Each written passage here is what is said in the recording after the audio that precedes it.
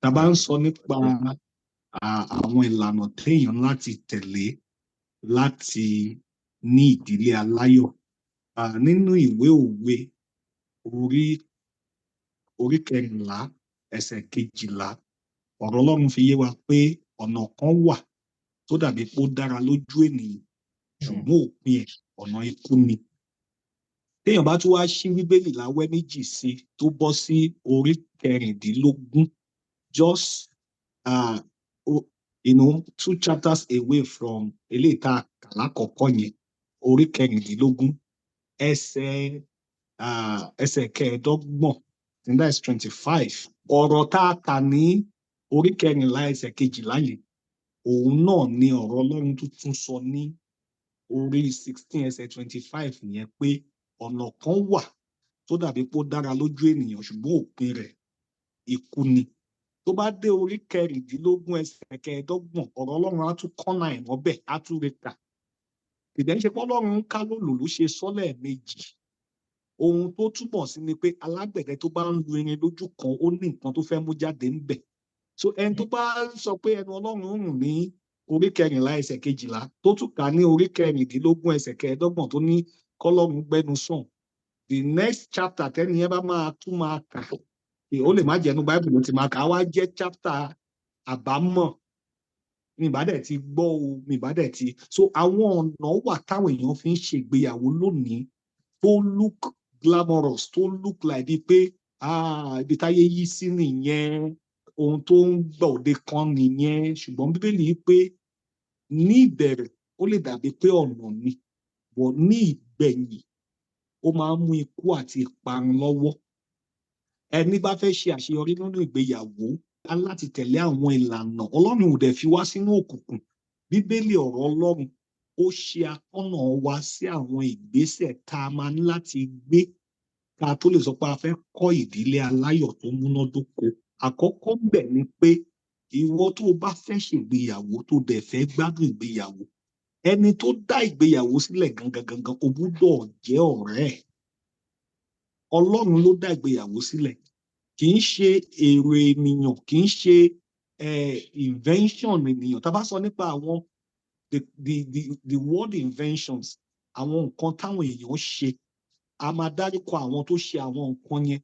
Tá bá sọ nípa ọkọ̀ bàálù, kò sí bá ṣe máa wádìí ẹ̀rọ bàálù títí tá à ní sọ nípa àwọn tá a pè ní Wright brothers. Bá ṣe máa sọ̀rọ̀ àwọn nǹkan bẹ́ẹ̀ yẹn, amúlùúdùn, amáyédùn táwọn èèyàn ṣe, tá à ní sọ àwọn tó ṣe àwọn nǹkan wọ̀nyẹn. You mention those inventions and you have to attach the name of inventors to those things. But tá a bá sọ nípa ìgbéyàwó, kò sí ọlọ́gbọ́n kan, kò sí ọ̀jọ̀gbọ́n kan, kò sí philosopher kan, kò sí professor kan tó lè fọwọ́ sọ̀yà pé òun dá ìgbéyàwó sílẹ̀. Ọlọ́run ló rò ní àtètèkọ́ṣe pé kò dá kí ọkùnrin nìkan kó nìkan máa gbé. Èmi ó ṣe olùrànlọ́wọ́ tó dàbí rẹ̀ fún. Ọlọ́run ló dẹ̀ ṣe ìgbéyàwó àkọ́kọ́ fún Ádámù àti Éfà. So nínú ayé tá wà lónìí, ọ̀pọ̀lọpọ̀ àwọn pastors, àwọn ìránṣẹ́ Ọlọ́run náà ń kọ́ àwọn ọ̀dọ́ wa lónìí pé tó bá ti dọ̀rọ̀ gbéyàwó, má disturb Ọlọ́run o, lọ́wọ́ ẹni tẹ́kàn ẹ bá ti fẹ́, òun ni kò ṣáàyàn. Àwọn ọ̀nà tó dàbí pé ó dára nìyẹn tí Bíbélì wí pé òpin ẹ̀ ìparun ni.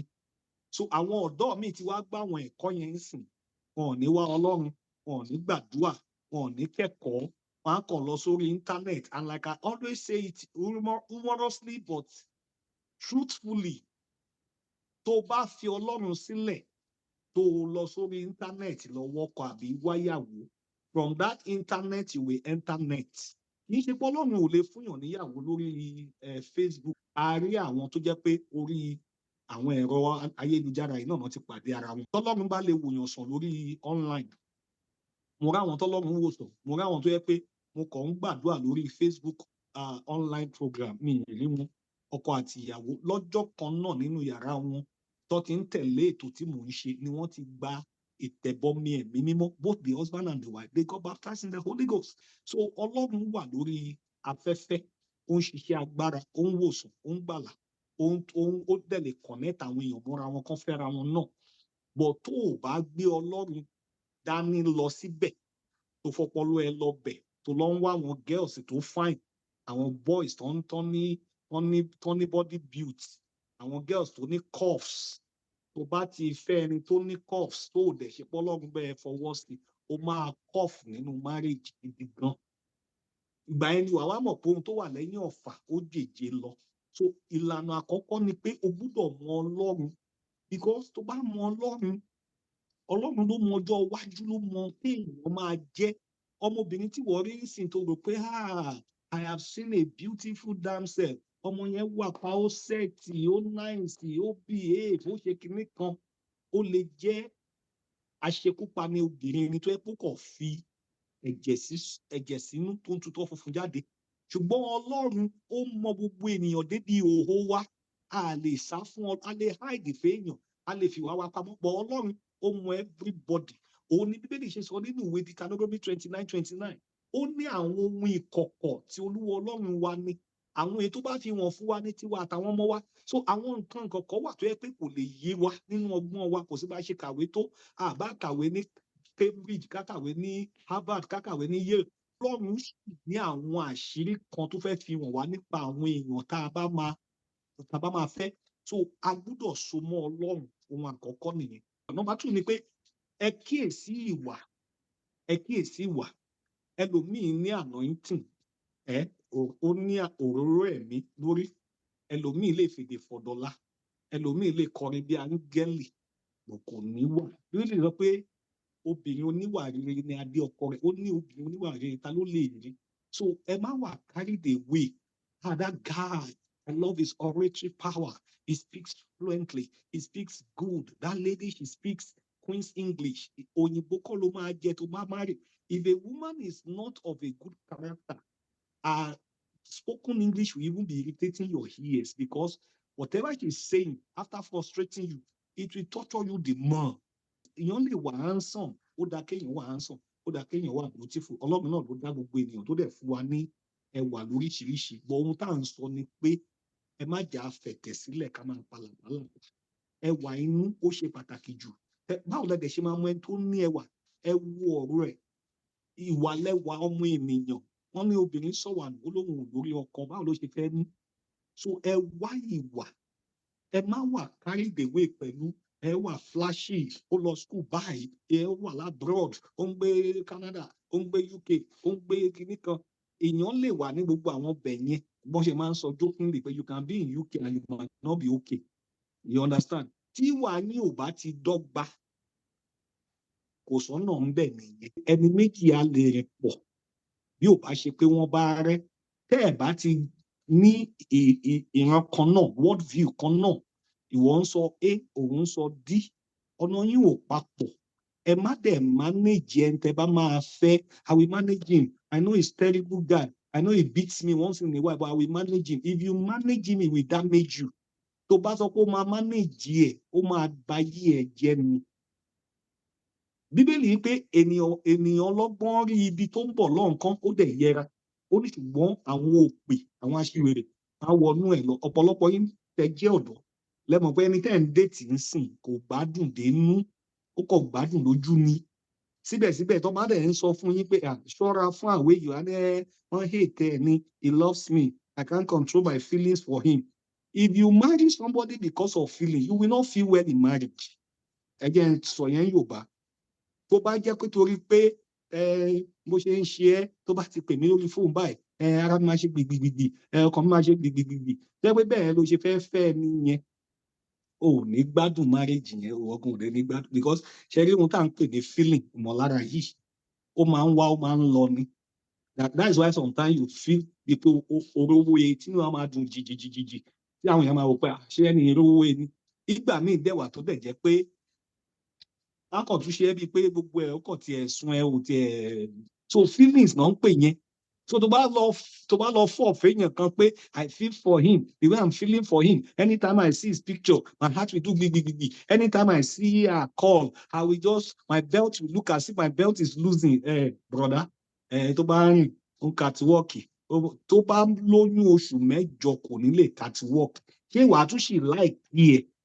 Nígbà tó bá yẹ pé àti dìde lórí kí àgàn wà láti fà dìde ni tó ti wúwo pẹ̀lú oyún, tí gbogbo ojú wá wú, tí gbogbo ẹnu wú, ṣé wàá tún sọ pé ṣé wàá ṣì lè sọ pé you are the love of my life. Ohun táwọn ọ̀dọ́ láti kíyèsí nìyẹn. Ìwà. Ohun ẹ̀kẹta tí màá sọ ni pé ìgbáradì ó jẹ́ ìlànà tẹ́ gbọ́dọ̀ tọ̀. Ìgbáradì, ṣé ẹ rẹ́dì gan? Wọ́n lẹ́ni tí ò bá rẹ́dì ò kì í rẹ́dì. Ọ̀pọ̀lọpọ̀ àwọn ọ̀dọ́ lónìí ló jẹ́ pé wọn ò rẹ́dì. Ohun tó kàn ń fẹ́ ni ẹni tán lè máa bá sùn, kán ṣà mọ̀ páwa náà ní girlfriend, kán ṣà mọ̀ páwa náà ní boyfriend. Ẹ gbọ́dọ̀ ní ìgbáradì. Bíbélì wípé kò sẹ́ni tó fẹ́ kọ́ ilé ìṣọ́ tí ò ní kọ́kọ́ jókòó kó kàyé tó níná. Pé ṣé ohun tí mo fẹ́ dáwọ́ lé yìí o, ṣé tí n bá bẹ̀rẹ̀ eléyìí ṣé màá lè kọ́ tán? Kó má di pé wàá gbé dé foundation level. Á wá di 13 years, igbó á ti wù bó, blọ́ọ̀kù gan á ti digbó. Báìbù wá ní àwọn tó ń kọjá ń bẹ̀, wọ́n á máa fi ẹ́ ṣe yẹ̀yẹ́ pé wo ẹni yìí o, ó bẹ̀rẹ̀ eléyìí kò lè parí ẹ̀. Ẹ gbọ́dọ̀ gbáradì. Àwọn ìgbáradì tá dẹ̀ ń sọ yìí, ó pín sí ìpele ìpele. Ìgbáradì tẹ̀mí, spiritual preparation. Ìgbáradì tẹ̀mí. Marriage ò kì í ṣe social contract nìkan pé a kò pàdé ara wa kọ. Nǹkan ẹ̀mí ni. Nǹkan ẹ̀mí ni ìgbéyàwó jẹ́. Kì í ṣe nǹkan tá kàn ń fojú lásán wò. Because inú léèyàn wà. Ẹni tó fẹ́ fẹ́ yẹn gan, ìwọ kàn ń rí bọ́dì ẹ̀ yẹn dàbí phone case ni. Phone case, ẹ mọ̀ ẹni tó bá dẹ̀ ń fi phone case bá yín sọ̀rọ̀ ẹ mọ̀ pé ó kàn ń tanra ẹ̀ jẹ ni. Tí bátìrì ò bá ṣiṣẹ́, tẹ́ńjìn fóònù yẹn ò ṣiṣẹ́, ó kàn ń tanra ẹ̀ jẹ ni. So ẹ̀yin ọ̀dọ́, mo fọlọ́run bẹ̀ yín. Ẹ make sure pé ẹ gbáradì nínú ẹ̀mí. Wò ó, mi ìjà yín láyà o. Àwọn ogun wà tẹ́ máa jà nínú marriage. I'm not scaring you. Because kì í ṣe gbogbo èèyàn nínú wọn máa dùn pé wà tọkọ ẹ ń gbádùn ara yín. So you have to stand as a warrior. Tẹ́ ẹ jagun tẹ̀mí. So tó bá yẹ pé John 3:16 nìkan ló wà lórí ẹnu gbogbo Bible. Bí Bible ṣe tóbi tó yẹn, John 3:16 nìkan ló wà lọ́pọlọ ẹ. John 3:16 yẹn gan ò tún lè ká dáadáa wá ní torí tí Ọlọ́run fẹ́ràn aráyé tó bẹ́ẹ̀ gẹ́, ẹni tó bá ó ṣègbé, ẹni tó bá gbà kò ní níyè. O ṣáà máa ka bálabàla náà, o ò tí ì rẹ́dí àti ṣe marriage. Go and build spiritual strength. Marriage is a lot. Number 2 ni pé ẹ gbọ́dọ̀ gbáradì nípa ti ètò ìnáwó, ìṣúná owó, financial preparation. Tó bá ṣe ń gba 100 naira lọ́wọ́ dádì fi ra 10 MB tó fi ń browse, ìjókòó sílé yín tàbí kó lọ wáṣẹ́ ṣe. Ẹ̀yin ọ̀dọ́bìnrin, ẹ dẹ̀ jẹ́ n sọ fẹ́yìn náà, tẹ́ bá ní lọ́kàn yín pé my husband money is our money, my money is my money, you won't have a joyful marriage. Kò sẹ́ni tó ń ṣe selfishness tó ní ìdílé aláyọ̀. Ẹ máa di ara kan àtowó yín àti kò sí pé owó mi, owó ẹ, owó wa ni. So tó o bá ti ready àti make money, manage money and multiply money, you are not ready for marriage. Ẹlòmíì ọ̀lẹ ni, marriage tó ń wá, poverty alleviation plan ló ń wá. What are you bringing to the table beyond your breast and your bum bum? As a lady, kí ló fẹ́ mú wá sórí table tó yẹ pé tọkọ ẹ bá tiẹ̀ sọ pé a fẹ́ ṣe nǹkan wa nídìí 100,000 o, kí ìwọ náà sọ pé ẹ gba 10,000 kẹ́ fi kún. Not that pé well, you know, I don't have anything. Àdúrà la máa fi máa ràn yín lọ́wọ́. Ọ̀rọ̀ tó wà nílẹ̀ kọjá pé àdúrà la máa fi máa ràn yín lọ́wọ́. You must bring something to the table as a lady. If you really want to be, tó bá fẹ́ jẹ́ obìnrin tó ṣe é fi yangàn, obìnrin tó ṣe é fi yangàn láwùjọ. So ẹ gbọ́dọ̀ gbáradì. Emotional preparation náà wà ńbẹ̀. Ẹ gbọ́dọ̀ mature nínú bẹ̀ ṣe ń control feelings yín. Tó bá yẹ pé ọmọkùnrin tó yẹ pé o fẹ́ tá bínú bí èṣù tó bá ń jà ń bọ́ stọ̀ báyìí, bó ṣe ń gúngò ló ṣe ń yọ̀bẹ. O ò lè fẹ́rù ẹni bẹ́ẹ̀ yẹn kó láyọ̀. Ṣé tó bá ṣẹ̀, tó bá bẹ̀, ṣó máa ń gbọ́ ẹ̀bẹ̀? Ṣó jẹ́ ẹni tó yẹ pé èèyàn lè bá sọ̀rọ̀? Ṣó jẹ́ ẹni tó yẹ pé tó bá bínú, ó ń bínú with maturity? Ṣó jẹ́ ẹni tó yẹ pé kò máa ń wá nǹkan tara ẹ̀ nìkan? These are the things tó yẹ pé ẹ máa ń láti check up. Ẹ máa wo emotional maturity ṣẹ́ nìyí ni. Ìwọ gan tó fẹ́ máa rí èèyàn, ṣó wà emotionally stable? Àbí o kàn máa dijú pa bọ́n ṣe ń bẹ̀ lọ́tùn lósì náà máa bẹ̀. Tó bá dẹ̀ ti switch off báyìí, wà ló ní mood swing. Tó bá ti ní mood swing, you have to know how to manage your emotions. If not, you will disturb a lot of things in your marriage. Ọ̀pọ̀lọpọ̀ nǹkan ló máa dàrú. Ṣé get? So ẹ̀yin ọ̀dọ́, mo fọlọ́run bẹ̀ yín. Ẹ gbọ́dọ̀ social preparation ńkọ́? Social preparation, báwo lẹ ṣe múra?